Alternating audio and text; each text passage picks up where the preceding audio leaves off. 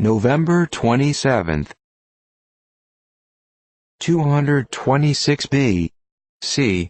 A solemn annual feast instituted at Rome, derived from the barbarians, when 2 Greeks and 2 Gauls, one of either sex, were inhumed alive, in the ox market. It was instituted upon the invasion of the Boian Gauls, in order to fulfill a sybilline prophecy, that those terrible nations should one day be masters of the capital.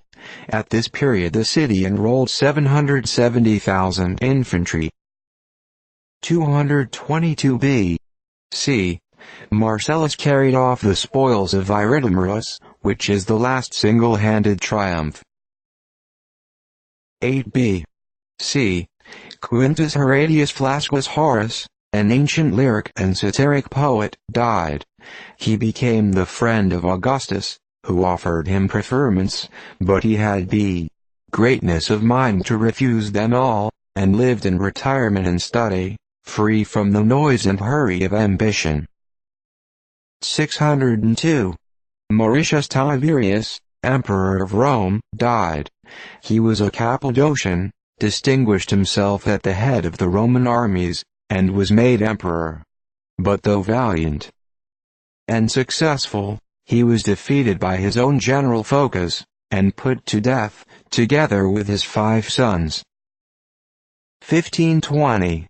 The Castilian insurgents under Tacuna, consisting of priests and men in holy orders, offered the royalists battle at Rio Seco. But the latter sued for terms, which not being accepted, the royalists struck a blow which turned the scale of fortune in their favor. 1520. Fernando Magallanes entered the Pacific Ocean, through the straits which bear his name. He navigated its waters 3 months and 20 days without finding an island. But during this course he enjoyed continuous fair weather, with such favorable winds, that he bestowed on the ocean the name of Pacific, which it still bears. 1627. The fall of a luminous stone or meteorite, weighing 57 pounds, on Mt. Voisin, in Provence, under a clear sky, observed by Gassendi. 1630. Great earthquake at Peru. 1666. Battle of Pentland Hills, in which the persecuted Covenanters were defeated by the king's troops. 1707. John Winthrop, governor of Connecticut, died. He was distinguished for his knowledge in philosophy and his skill in politics, and took a conspicuous part in the affairs of the colonies, both in peace and war. 1710. The British General Stanhope surprised at Brihuega, and compelled to surrender to the Spaniards with 2,000 men. 1714.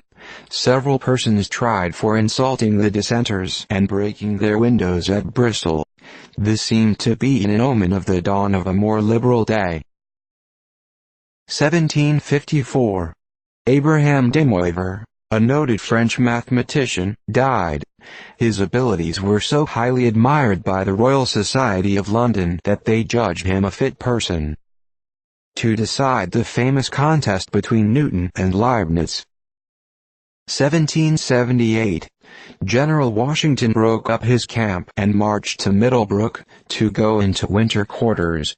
The British expedition against Georgia, under Colonel Campbell, 2,500 troops, sailed from Sandy Hook on the same day, escorted by a squadron under Sir Hyde Parker. 1779. Thomas, Lord Lyttelton, a statesman of some merit, died in his 36th year.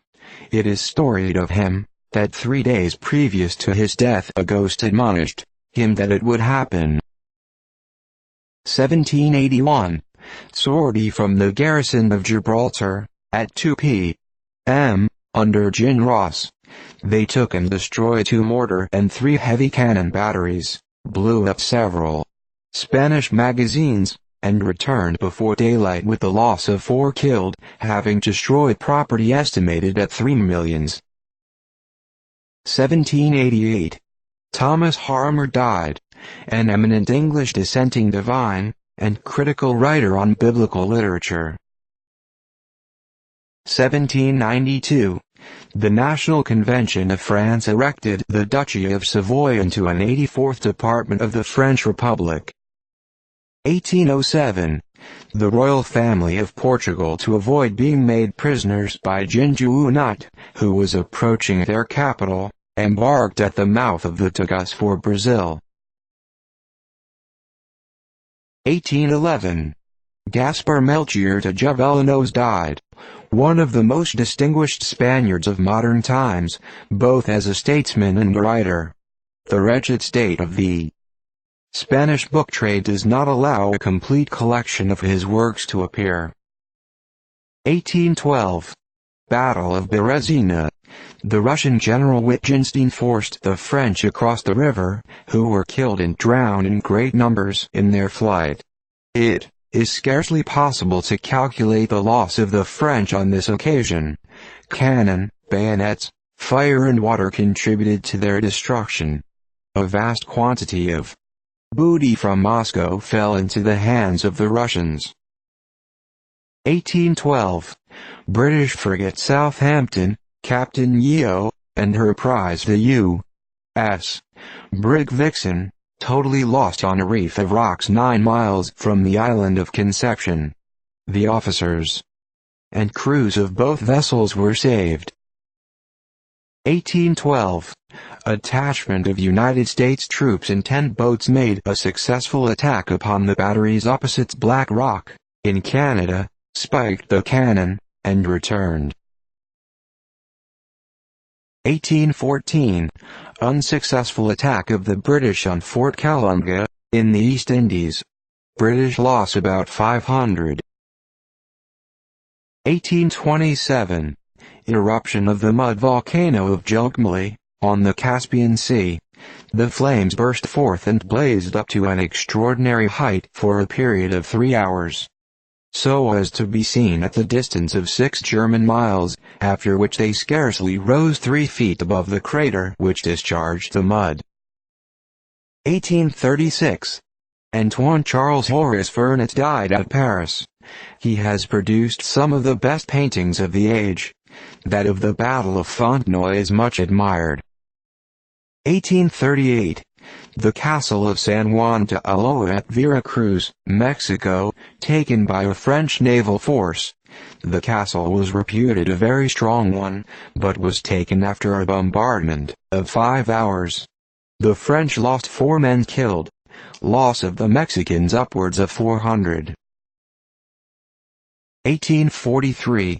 Susan Johnston, widow of the late John Johnston, Esquire, of Ireland, died at Sault Ste. Marie. She was daughter of Wabeji, chief of the Chippewa Nation. 1850.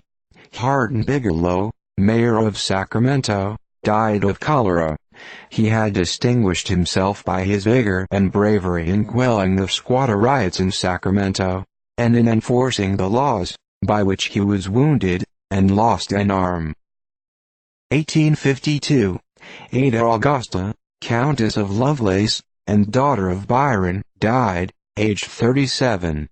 Her taste turned to metaphysics and mathematics. 1855. Robert Bunyan died at Lincoln, England, aged 80, the last male descendant in a direct line from the author of Pilgrim's Progress. 1856. H. Tollens, the great national poet of Holland, died at Rijswijk, aged 77. His poetry, remarkable for its ardent patriotism, enjoyed extraordinary popularity among all classes of his countrymen.